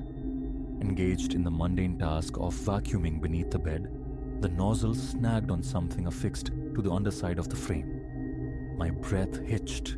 Reaching under, fingers closing around aged tape and paper, I peeled it free. That familiar, jagged script. Whatever you do, don't look for him. I sank to the floorboards, the note trembling in my grasp. This transcended coincidence surpassed any notion of a prank. The deliberate concealment, the escalating intimacy of the hiding places. It felt targeted, a sequence designed for discovery, a performance for an audience of one. But the identity of he, the reason for his vigilance, remained shrouded in unnerving ambiguity. Paranoia began to bloom in the fertile ground of my solitude. My own reflection in the darkened window pane seemed alien, suspect. Each shadow stretched into a potential observer, every settling groan of the old structure a footfall on the stair. Locks were checked, rechecked. Bolts slid home with a frequency bordering on obsession, a futile ritual against an unseen presence. I reasoned, argued with myself, leftover debris, a malicious game. But the gnawing apprehension persisted, an internal hum I couldn't silence. Several nights later, poised on the edge of sleep, a subtle hardness beneath my pillow, registered against my cheek. Heart hammering against my ribs, I fumbled beneath the linen, fingers closing on another torn fragment. This one felt different. The paper was crisp, uncreased, lacking the aged patinas of the others. It felt recent. He waits until you're asleep. I bolted upright, the words landing like a physical blow. Someone had placed this here, tonight, while I was settling, drifting. The room, steeped in shadow, suddenly felt vast and populated. My eyes strained, seeking movement in the peripheral darkness, the weight of unseen scrutiny pressing down. Vulnerability washed over me, cold and absolute. Sleep became a luxury I could no longer afford without illumination. The bedside lamp cast long, dancing shadows, transforming familiar objects into grotesque shapes. Nightly rituals now included exhaustive tours of the house, flashlight beam cutting through the darkness, probing closets, peering into crawl spaces, seeking reassurance that I was indeed alone. Yet, the insidious messages continued their silent assault. The culmination arrived after a draining shift at work. Exhaustion weighed heavy as I trudged towards my bedroom, craving only oblivion. But oblivion was denied. There, stark against the duvet, positioned dead center on my bed, lay another piece of paper. Not a torn scrap this time. It was whole, the handwriting marginally clearer, yet retaining its disturbed energy. The words, larger, bolder, screamed silently from the page, "I know what you did." Time fractured. My pulse ceased, then resumed with painful intensity. I stood rooted, a statue carved from ice and fear. What transgression? I searched the archives of my memory, finding only unremarkable days, no hidden guilt, no act that warranted such ominous attention. Yet the accusation lay there, irrefutable, mocking my incomprehension. A profound chill seeped into my bones as I remained motionless, the silence amplifying the message's weight. A cruel psychological game orchestrated by an unknown tormentor. The impulse to flee warred with a stubborn refusal to be driven out. Defiance, perhaps foolish one. I acquired a small camera, positioning it discreetly, its unblinking eye aimed squarely at the bed, determined to unmask the phantom messenger. 2 days yielded nothing but empty recordings of my own comings and goings. A fragile tendril of relief began to unfurl. Perhaps the watcher had tired of their sport. Then, 2 nights later, burrowing into my pillows, my hand encountered the telltale crinkle of paper inside the pillowcase. Tremors seized my hands as I extracted it. The familiar chaotic script conveyed 3 chilling words. "We saw you." Sleep was impossible that night. I lay rigid, adrift in the amplified silence of the house, every creak a footstep, every tick of the hall clock a countdown. The darkness pulsed with imagined presence. Multiple times I rose, compelled to verify the locks, the windows, finding everything secured, yet feeling utterly exposed. As dawn painted the windows grey, the fragile thread of my resolve snapped. Urgency propelled me, belongings haphazardly stuffed into bags. Halfway to the door, reaching beneath the bed for my shoes, my fingers brushed against it. Another note. Bile rose in my throat. I snatched it up, compelled to read this final, violating message. Concise, brutal. We'll be back. No further hesitation. The note dropped from numb fingers. I fled the house, the oppressive atmosphere clinging like grave dust. Behind the wheel, hands slick with sweat, the engine roared to life, carrying me away from the place that had promised sanctuary and delivered only dread. The house diminished in the rearview mirror, a fading monument to an inexplicable terror. Miles dissolved behind me, yet the questions remained, sharp and persistent. Who were they? What did they believe I had done? And the echo of the final promise resonated long after the house was lost to sight. A cold whisper in the quiet moments. Are they still watching?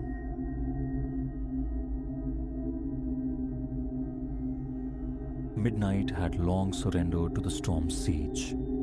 Rain lashed Ilara's windows, a percussive fury against the glass, punctuated by thunder that vibrated the very bones of the old apartment building, causing the lights to stutter nervously. Solitude pressed in, thick as the humid air.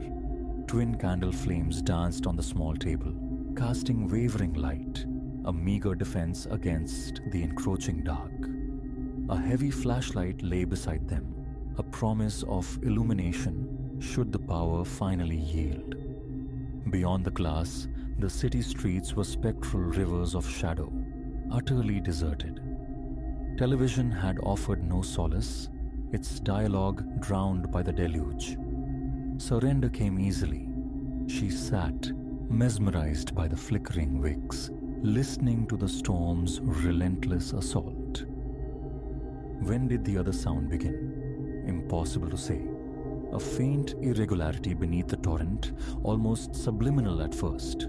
Ilara dismissed it, wind, debris, imagination frayed by the storm. But it returned, a delicate, insistent scrape, scrape, scrape against the solid oak of her front door. She went utterly still, breath caught, ears straining against the roar.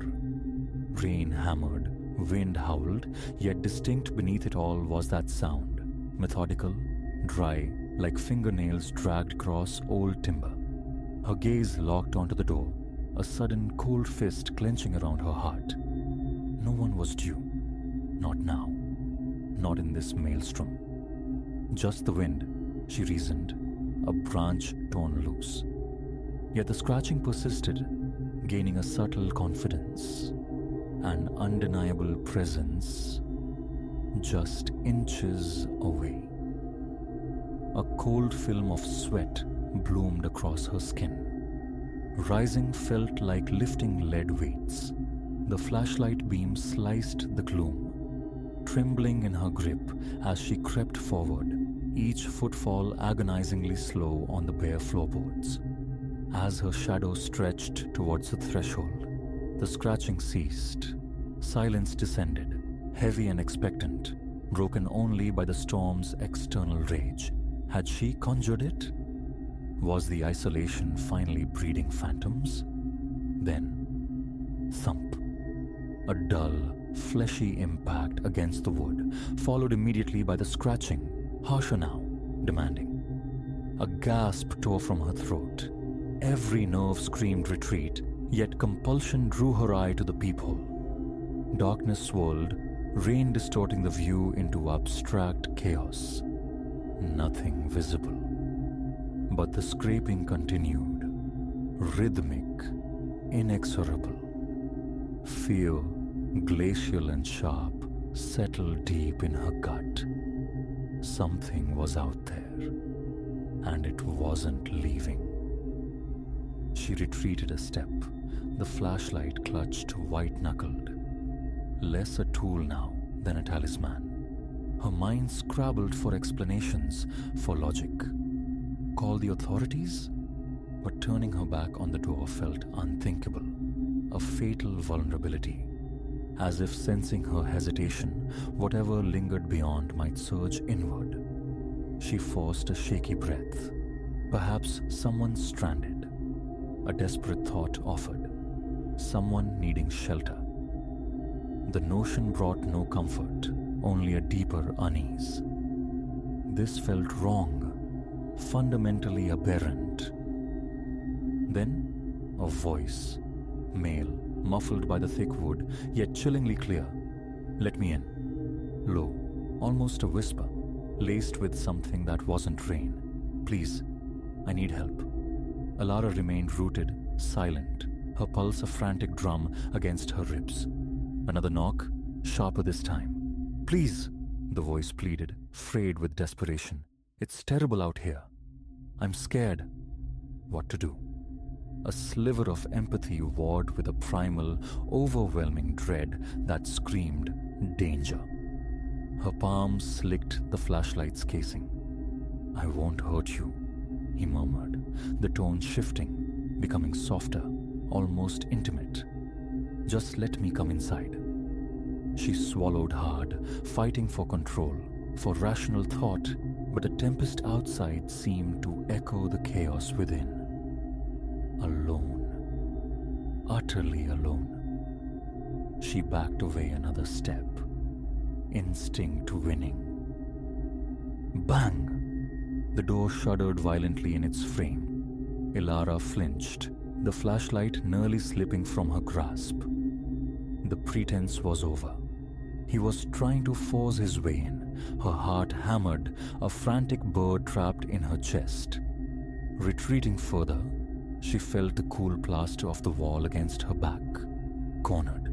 "Let me in," he roared, the desperation curdled into raw fury. "You have to let me in." Silence was her only reply, ragged breaths tearing at her throat. Another blow struck the door, heavier still, resonating through the small apartment. Run? The bedroom? Lock herself in? But as she shifted towards the hallway, a new sound froze her blood. The metallic click-scrape of the lock being manipulated. He was picking it. Panic surged. She lunged for a small, sturdy hallway table, dragging it, shoving it against the door with trembling arms. The scratching stopped. A pregnant pause hung in the air. Then, a chuckle drifted through the wood. Low, dark, utterly devoid of humor. "You can't keep me out," the voice crooned, dripping menace. "I always get in." No response. Back pressed flat against the wall, heart pounding, Ilara fumbled for her phone. Shaking fingers stabbed at the screen. 911, call. Pressed to her ear, listening to dead air. Nothing. The storm. The lines were down, cut off, truly irrevocably alone. Another violent slam against the door. The table groaned, wood splintering. She scrambled backward, snatching a chef's knife from the kitchen block, holding it before her like a useless shield. "Open the door!" he bellowed, incandescent with rage. "Last chance!" Her mind raced, seeking escape. The fire escape? Too close to the door, too close to him. Then, silence. Abrupt, total cessation. No banging, no scratching, nothing but the ceaseless drumming of rain. Ilara held her breath, listening with an intensity that hurt. Footsteps. Slow, deliberate, moving away from the door, receding down the corridor outside. A shaky sigh escaped her lips, relief washing over her in a dizzying wave. He'd given up. Gone. Minutes stretched, marked only by the storm's rhythm and her own decelerating pulse. She began to lower the blade. When the sound returned, fainter this time, different, a delicate tick scratch from the window. Nausea surged, a primal refusal warred with morbid curiosity. She turned, slowly, dread coiling tight. Pressed against the third-floor glass, slick with rain, was a face. Eyes wide, locked onto hers, grinning. A ghastly predatory curve of lips that split the darkness. Ilara stumbled back, the world tilting. Third floor. No fire escape, no ledge, nothing. Impossible. Yet there he was, the grin widening, eyes burning with cold amusement. He tapped the glass, a sharp, deliberate sound that cut through the rain's roar. His lips moved, forming silent words she understood, with horrifying clarity. "I'm coming in." Thought dissolved into pure instinct. She bolted. Phone, keys, snatched blindly. The storm, the apartment, none of it mattered. Only escape. She wrenched the front door open, the barricade forgotten, irrelevant now, and fled into the hallway, footsteps echoing wildly. She could feel his gaze burning into her back, a physical pressure, but dared not look. Down the stairs, stumbling, bursting out into the deluge, the rain hitting like a physical blow, soaking her instantly. She collapsed onto the bottom step, drenched, shaking, gasping for air, terror a living thing clawing inside her. Later, much later, the police found nothing. No forced entry, no muddy footprints on the landing, no sign anyone had stood impossibly at her third-floor window. Just a rain-lashed apartment, the lingering scent of candle wax and Alara, wrapped in a borrowed blanket, shivering uncontrollably. But the absence of proof was its own kind of terror.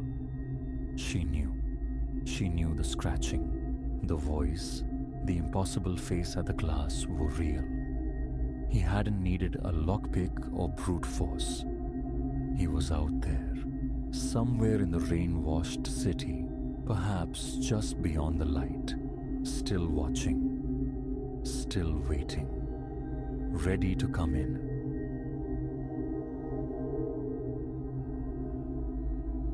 The initial missive surfaced on a Tuesday, innocent as a fallen leaf, until its contents whispered of knowledge no stranger should possess.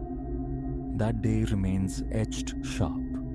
An early autumn morning, crisp enough to make the steam rising from Elias's coffee mug a small, cherished comfort.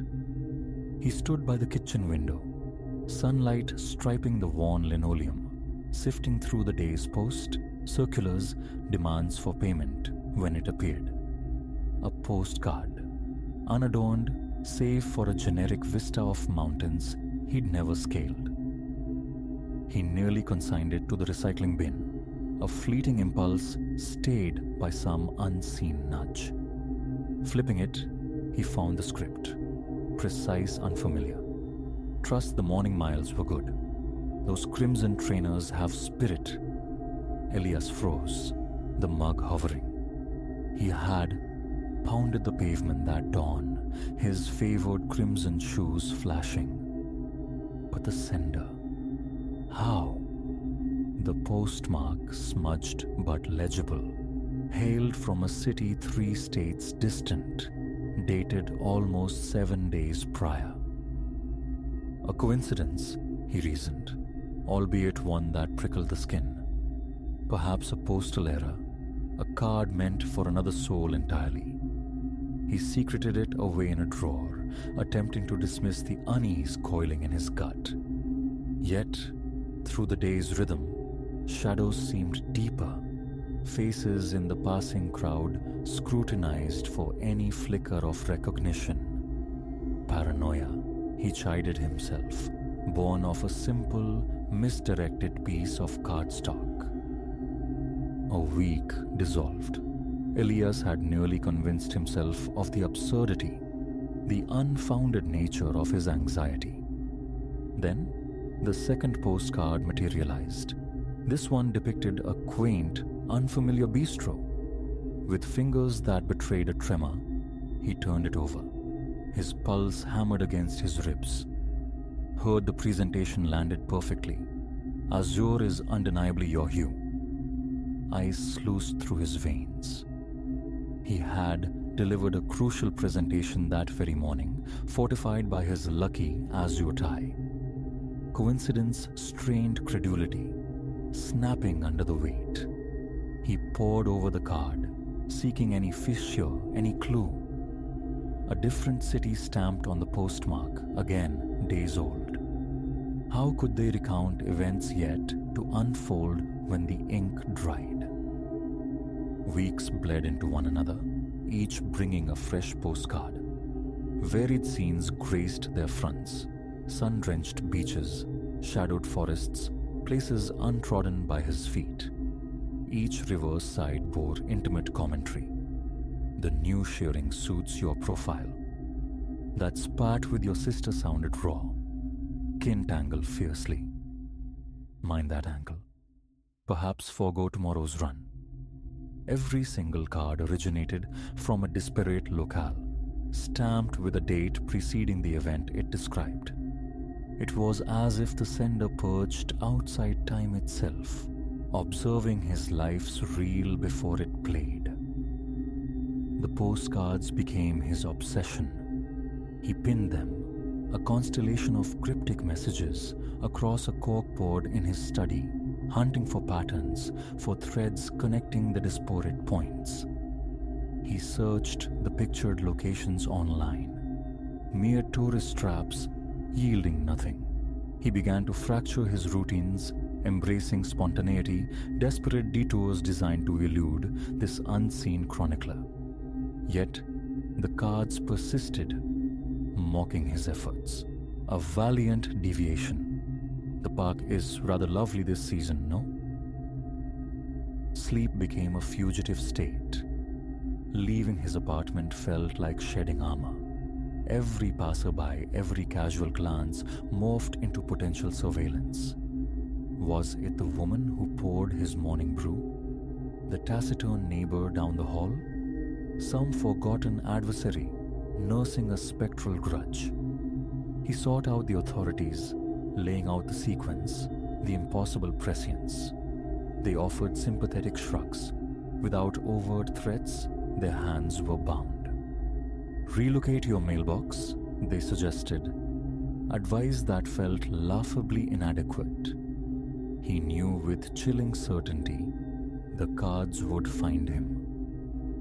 In a surge of desperation, he engaged a private investigator, a Miss Thorne. Her initial assessment was professionally skeptical, yet as the postcards continued their unerring arrival, predicting moments with uncanny precision, her composure frayed. This defies explanation, she confessed one afternoon. The collection spread like ominous tarot across her polished desk. It's perpetual observation, but displaced in time. It makes no logical sense.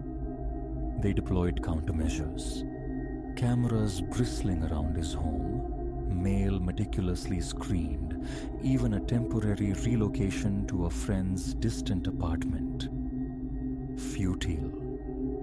Regardless of geography or precaution, the postcards manifested. The messages burrowed deeper, their intimacy becoming invasive. You ought to ring your mother. She frets. That irritation on your arm looks bothersome. Perhaps melaleuca oil. I perceive your fear. It is appropriate. That final sentence shattered his remaining composure. He ceased venturing out, severed connections.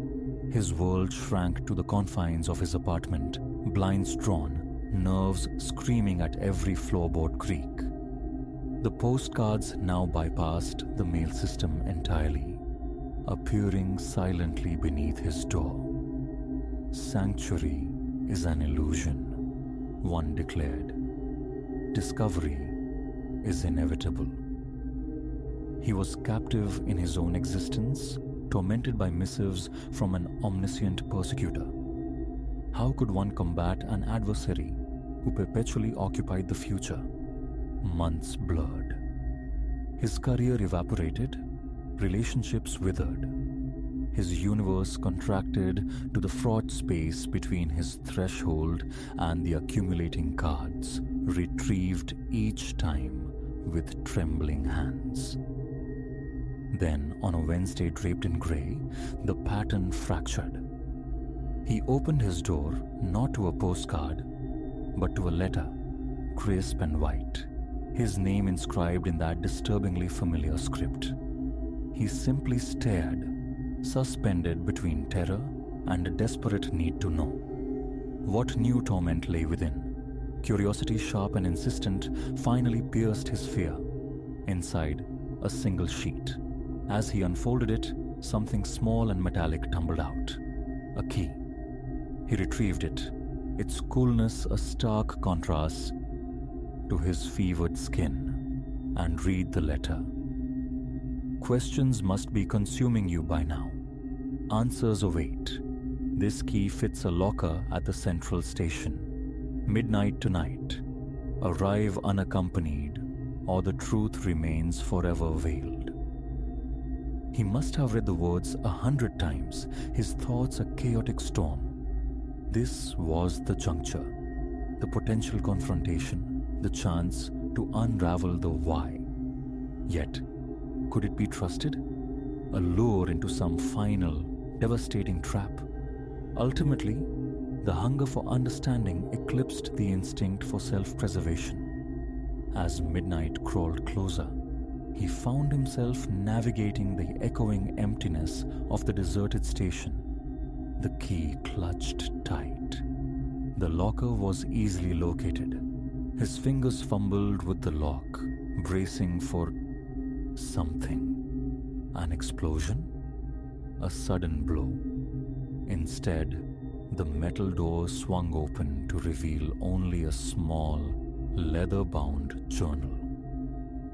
He opened it. The world tilted, threatening to capsize. The handwriting mirrored the postcards precisely. But this wasn't merely a diary. It was his. Page after page detailed his own thoughts, his experiences, events yet to transpire. The final entry bore a date 5 years hence. It recounted, in his own future words, the discovery of temporal displacement, the subsequent decision to send warnings back to his past self, an attempt to brace for impending upheaval.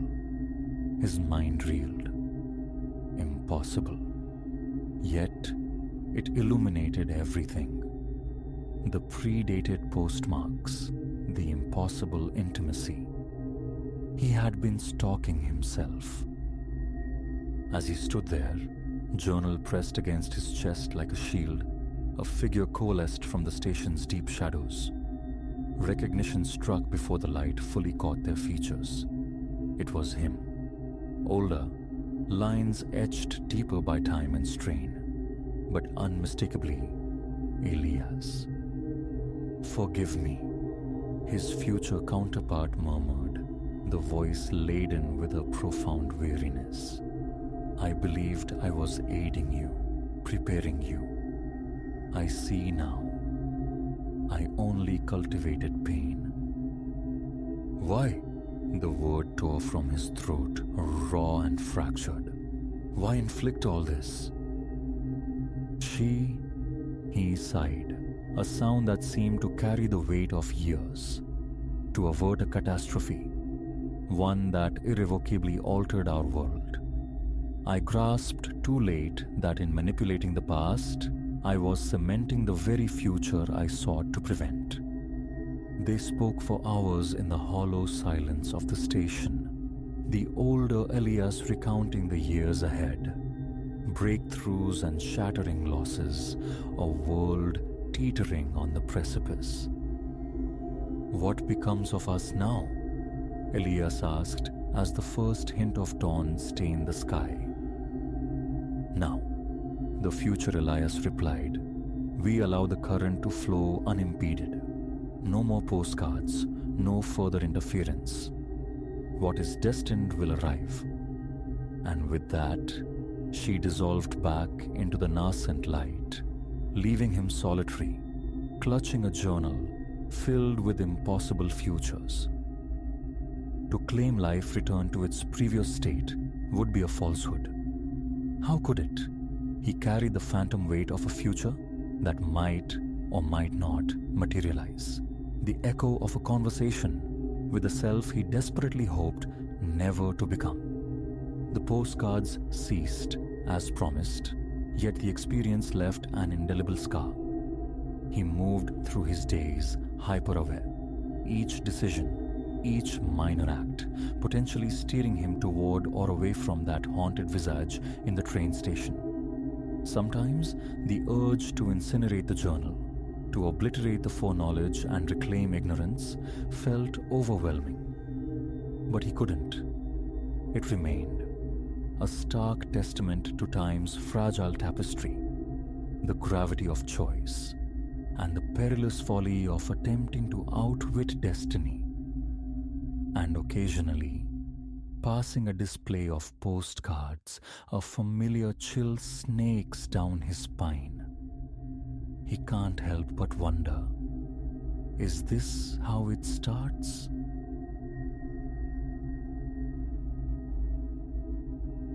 Thursday surrendered to the encroaching dusk as Alara drove the final stretch home, the day's labor a heavy cloak she longed to shed.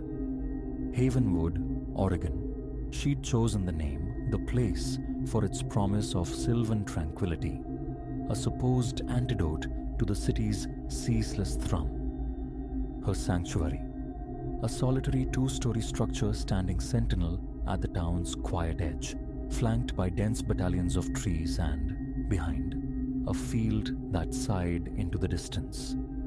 Crossing the threshold, the air met her, thick with an almost preternatural stillness, precisely as she'd left it that morning. Shoes were cast off near the door, her bag slumped beside them, gravity claiming its due.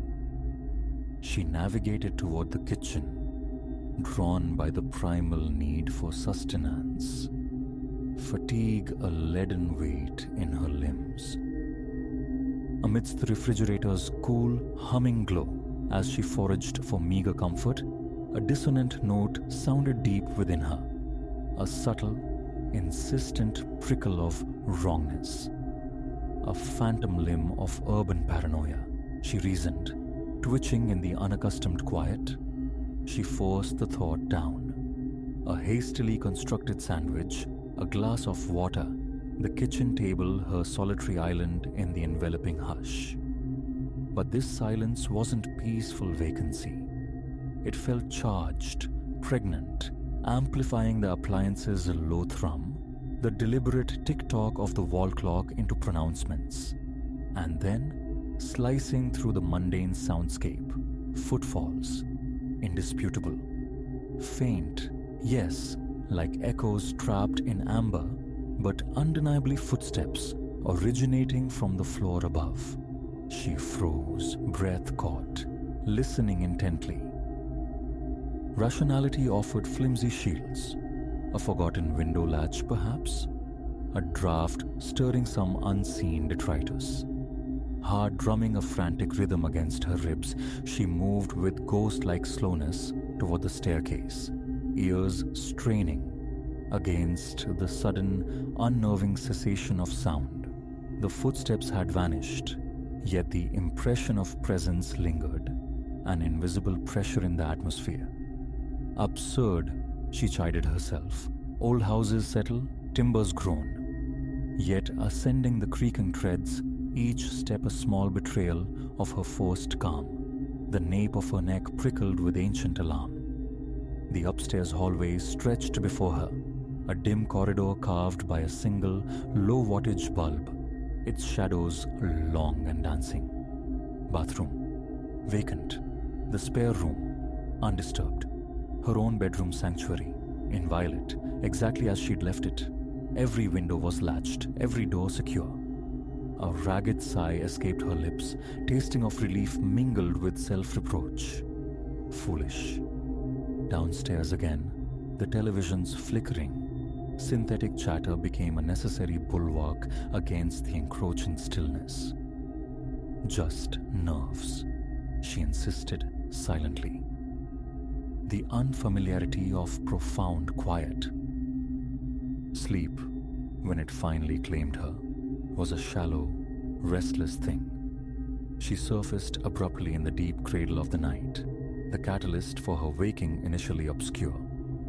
The room was a cavern of blackness, the house utterly silent. She lay still, wooing sleep's return, until the sound rematerialized.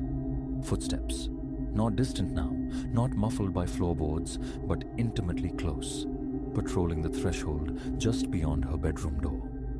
Her pulse leaped, a startled bird in her chest. Sitting bolt upright, breath held captive, she listened to the slow, measured tread. A deliberate, almost thoughtful pacing. Trembling fingers fumbled for her phone on the nightstand. Its beam, when activated, sliced the oppressive dark. She slipped from bed, a wraith moving through her own space, drifting toward the door.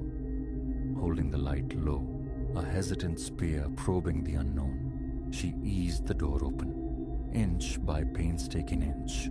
The corridor lay bare. The beam swept left, then right, illuminating only swirling dust motes and the gaping mouths of empty doorways. A few tentative steps out into the hall, every nerve ending alight, her eyes scanning the deep pockets of shadow. Another fruitless search through the still silent rooms above. Retreating to the relative safety of her bed offered no true solace. Her mind, a frantic loom, wove terrifying tapestries of possibility. Sleep remained elusive, a distant shore, leaving her adrift for hours in a churning sea of hypervigilance. Every creak and settling groan of the old house a potential harbinger. Daylight brought a fragile veneer of normalcy.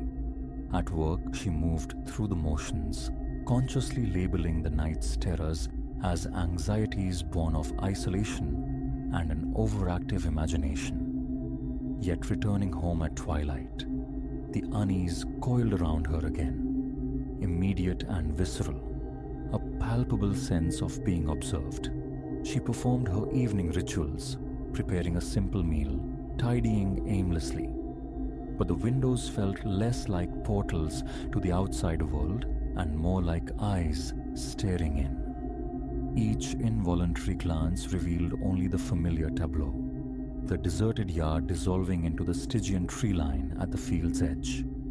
Later, preparing for bed, a flicker of motion snagged her peripheral vision, a subtle disturbance in the expected interplay of shadow and faint porch light outside her window. She pivoted, her heart kicking violently against her ribs. There, materializing from the gloom just beyond the amber spill of the porch light, stood a figure, tall, starkly silhouetted against the deeper night, his face a pale, emotionless mask turned upward, fixing her with an unnerving, unblinking stare directly into her eyes. Alara stood transfixed, a cold paralysis seizing her muscles.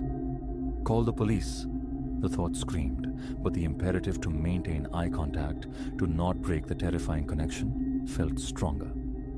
He remained utterly still, a statue carved from night and profound silence. As she instinctively recoiled, her hand fumbling blindly for the phone that felt miles away, her gaze snapped back to the window. He was gone. The yard lay empty, reclaimed by the wind-stirred ballet of shadows among the trees. Her voice, when she finally spoke to the dispatcher, was a thready whisper. Officers arrived, their flashlights cut in impatient arcs through the darkness, their boots scuffing the dew-kissed grass. The methodical search yielded nothing.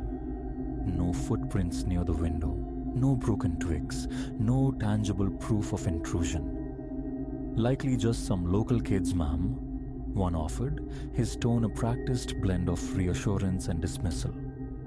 "New person moves into the house on the edge of town. Sometimes gets attention." But Alara knew the utter vacancy in those eyes, the chilling stillness of his posture. He wasn't a prank. The ensuing days unfurled under a pall of tension. Each homecoming was a hesitant pause at the door, her eyes sweeping the property line for his silhouette. The yard remained stubbornly empty, Yet the certainty of his unseen presence lingered, an invisible watcher lurking just within the tree line's shadowed embrace. One evening, seeking refuge in the television's flickering distractions, the footfalls began again. Not faint this time, not hesitant, but bold, insistent, echoing through the house from the upper floor with jarring clarity. Flashlight clutched like a talisman, heart hammering a frantic rhythm against her sternum. She ascended the stairs once more, each step deliberate, agonizingly cautious. At the landing, the beam sliced through the familiar upstairs gloom. Empty hallway, vacant rooms. Then, a new sound, insidious and chilling, a delicate rhythmic tap-tap-tapping. It emanated from her bedroom window. A glacial cold traced the length of her spine. She drifted toward the sound, drawn down the hall as if by an invisible thread, the soft, persistent tapping, a grotesque summons. Reaching her bedroom threshold, she paused, drew a deep, shuddering breath, and swept the curtain aside. He was there, pressed against the outer pane, his face mere inches from hers, separated only by the fragile barrier of glass. His eyes, impossibly wide and reflecting no light, locked onto hers with terrifying intensity. She stumbled backward, a strangled gasp tearing from her throat, her mind scrambling, failing to reconcile the proximity, the silent, predatory stillness. He remained frozen, a death mask against the night, his pallid features utterly serene, utterly horrific. Primal terror ignited, overriding thought. She fled. Down the stairs in a frantic scramble, bursting through the front door into the vast, indifferent night. She didn't stop running until the car door slammed shut behind her, the metallic sound echoing in the stillness. Her hands, slick with sweat, trembled violently as she fumbled with the ignition keys. The engine roared to life, headlights cutting a desperate swathe through the darkness as she sped away. Destination irrelevant, escape the only imperative. A sterile, anonymous motel room offered temporary, fragile sanctuary.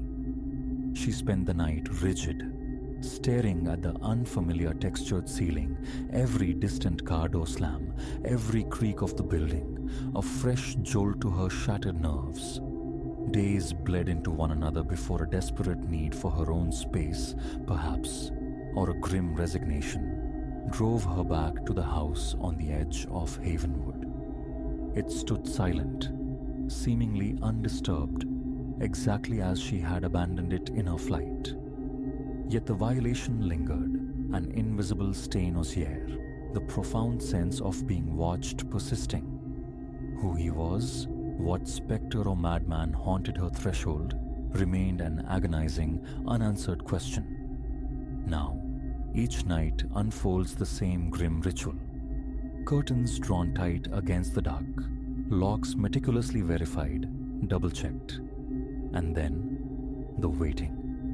Because deep within the marrow of her fear resides the chilling certainty.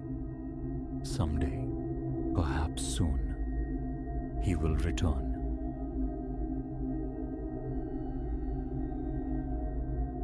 Headlight beams sliced futilely through the swallowing black, finding only an asphalt ribbon spooling into infinity. Below the dash, the fuel needle trembled near zero, a mechanical heartbeat mirroring the thrum of dread in my own chest. Then, the sky wept, first tentative taps, then a drumming cascade against the glass. Through the blur, a stuttering pulse of neon. Gas, 24/7. An island in the deluge, pulling towards its sickly glow. I had no inkling I was steering into the epicenter of a night conceived in nightmare. Hours had bled together on the highway, the hypnotic drone of tires on wet pavement a hollow lullaby. This solo voyage across state lines, meant to cleanse the residue of a fractured love, had instead steeped me in a profound, suffocating solitude. By the time I coasted under the station's skeletal awning, the rain was a vertical river. The place was a relic, paint curling from warped wood like sunburnt skin, half the sign's letters dark voids. Yet, my thirsty engine left no room for prudence. The ancient metal canopy offered scant refuge. Emerging, a vicious gust shoved me sideways. I hugged my jacket close, shivering, fumbling with the cold, greasy nozzle. A discordant jingle broke the storm's rhythm. The station door creaked open. A figure detached itself from the shadows within. An old man, 60s perhaps, his beard a grey tangle, eyes possessing an unnerving fixity. He shuffled towards me, dragging one leg almost imperceptibly. "Evening," he rasped, the sound like stones grinding together. "Foul night for a journey." I manufactured a nod, a tight smile. Yes, the storm caught me. Thank goodness for this place. His lips peeled back from teeth, stained the color of old ivory. "Oh, fortune smiles on you indeed. We're off the beaten path. Don't get many travelers. Certainly not solitary young women like you." Ice colder than the rain traced a path down my spine. I pivoted back to the pump, willing him to retreat into the gloom. He did not. "Where you bound?" he pressed, closing the distance. The air thickened with the scent of stale tobacco and something else, rank and unidentifiable. "Just passing through," I offered vaguely, gaze locked on the rising numbers. "Got a ways to go." He emitted a low chuckle, a sound that prickled my skin. "A long way, is it? Treacherous out there. Best come inside. Wait out the worst of it." My head shake was definite, though my voice quavered. "Thank you, but I need to keep moving." The pump clicked, signaling fullness. I secured the nozzle with haste. As I turned for my car door, his hand clamped onto my forearm. Fingers, surprisingly strong, bit into my flesh. "I insist," he breathed, his voice dropping to a menacing intimacy. "Not safe. Come inside." My heart hammered against my ribs. I tried to wrench free. "Let go!" The command was thin, brittle with fear. His grip became a vice. He began to pull me inexorably towards the dimly lit station. Now, he crooned, a parody of comfort. No need for fuss, just offering shelter. Raw panic detonated within me.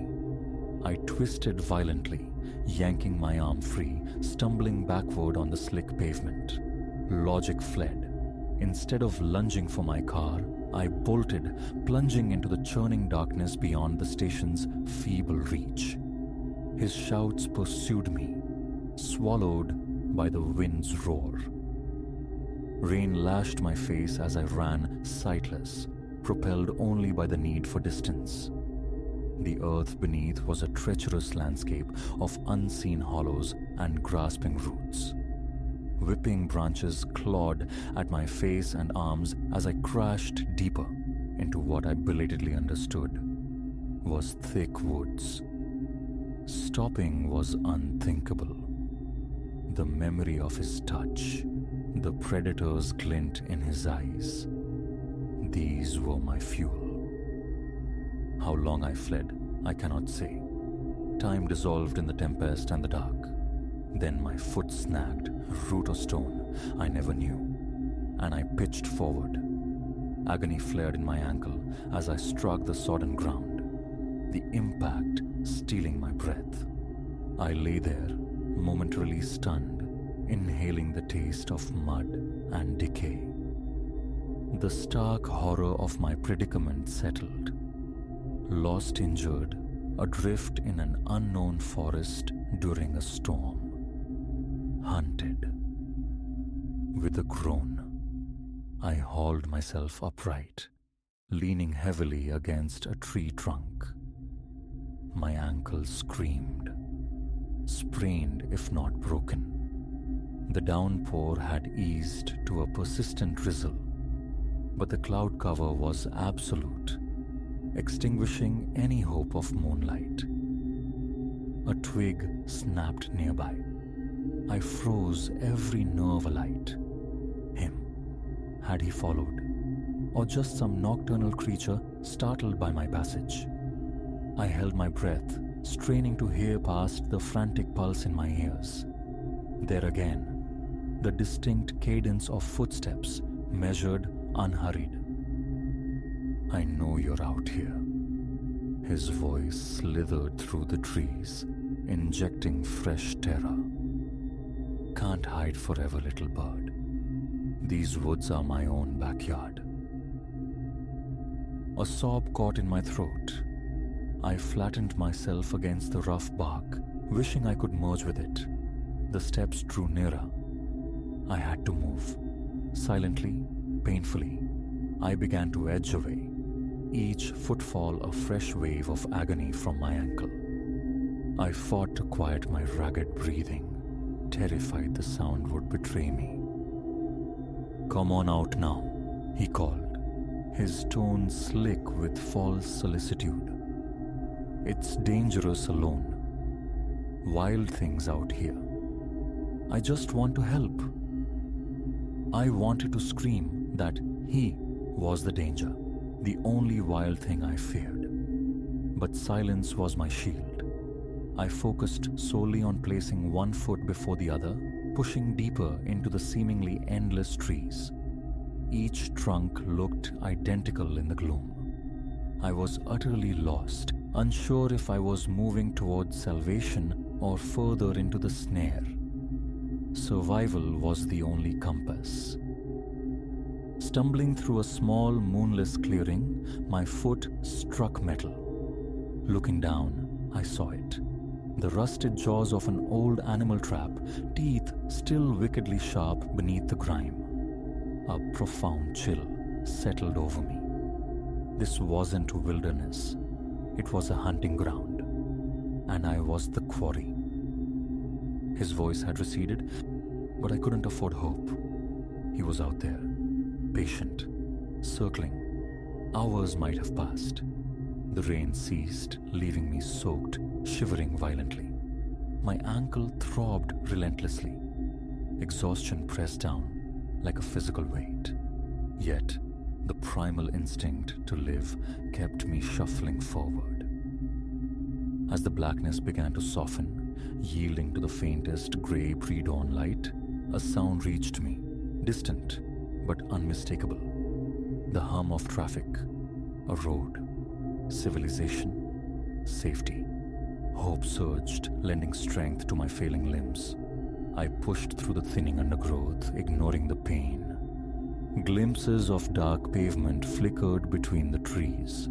Just as relief began to bloom, a hand clamped firmly onto my shoulder. I shrieked, whirling, bracing for the final confrontation. But the face I saw wasn't Silas's. It belonged to a state trooper, his expression taut with concern. "Ma'am, are you okay?" he asked, his other hand already reaching for his radio. "We've been looking for you all night." The adrenaline that had sustained me vanished in an instant. My legs buckled.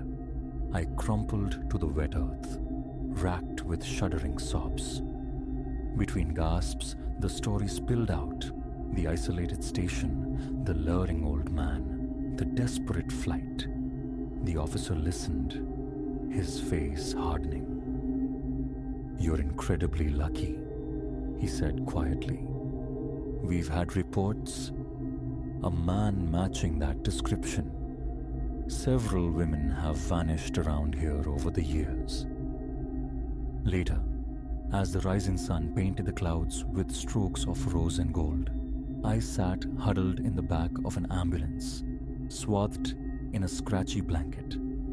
Police cruisers swarmed the derelict gas station, now cordoned off with yellow tape. Silas was gone.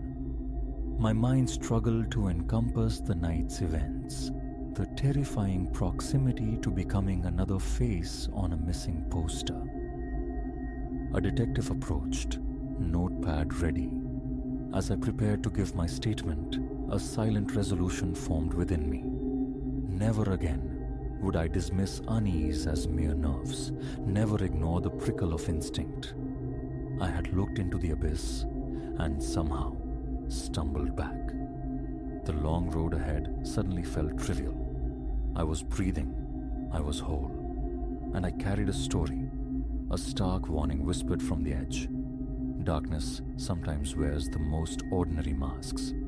As the ambulance pulled away, carrying me towards light and a future I had almost forfeited, I closed my eyes, offering a silent, fractured prayer.